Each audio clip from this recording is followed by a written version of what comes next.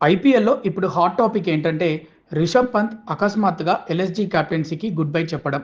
బయటకు చూస్తే ఇది సాధారణ నిర్ణయంలా కనిపిస్తున్నా, లోపల మాత్రం భారీ ట్రేడ్ ప్లాన్ జరుగుతోందనే టాక్ బలంగా వినిపిస్తోంది. ముఖ్యంగా ముంబై ఇండియన్స్ స్టార్ హార్దిక్ పాండ్యా పేరు ఈ వ్యవహారంలోకి రావడంతో ఈ స్టోరీ మరింత హాట్‌గా మారింది. ఒకప్పుడు ముంబై ఇండియన్స్‌కు ప్రాణం లాంటి హార్దిక్ కెప్టెన్సీ తీసుకున్న తర్వాత అనేక విమర్శలు ఎదుర్కొన్నాడు. ఫ్యాన్స్ నుంచి భారీ ట్రోలింగ్, రోహిత్ అభిమానుల నుంచి వ్యతిరేకత, డ్రెస్సింగ్ రూమ్‌లోనూ విభేదాలున్నాయనే వార్తలు గత కొన్ని నెలలుగా వైరల్ అవుతున్నాయి.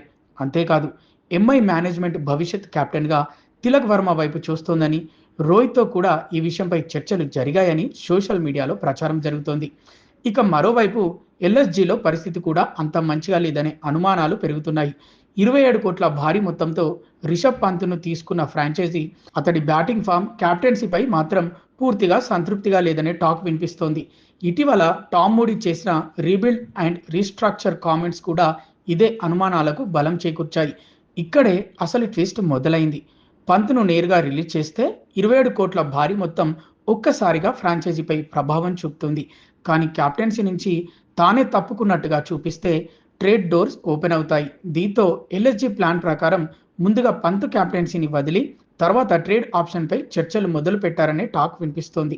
అదే సమయంలో హార్దిక్ కూడా ఎంఐ నుంచి బయటకు రావాలనుకుంటున్నాడనే వార్తలు రావడంతో పంత్ ఔట్, హార్దిక్ ఇన్ అనే థియరీ సోషల్ మీడియాలో వైరల్ అవుతోంది.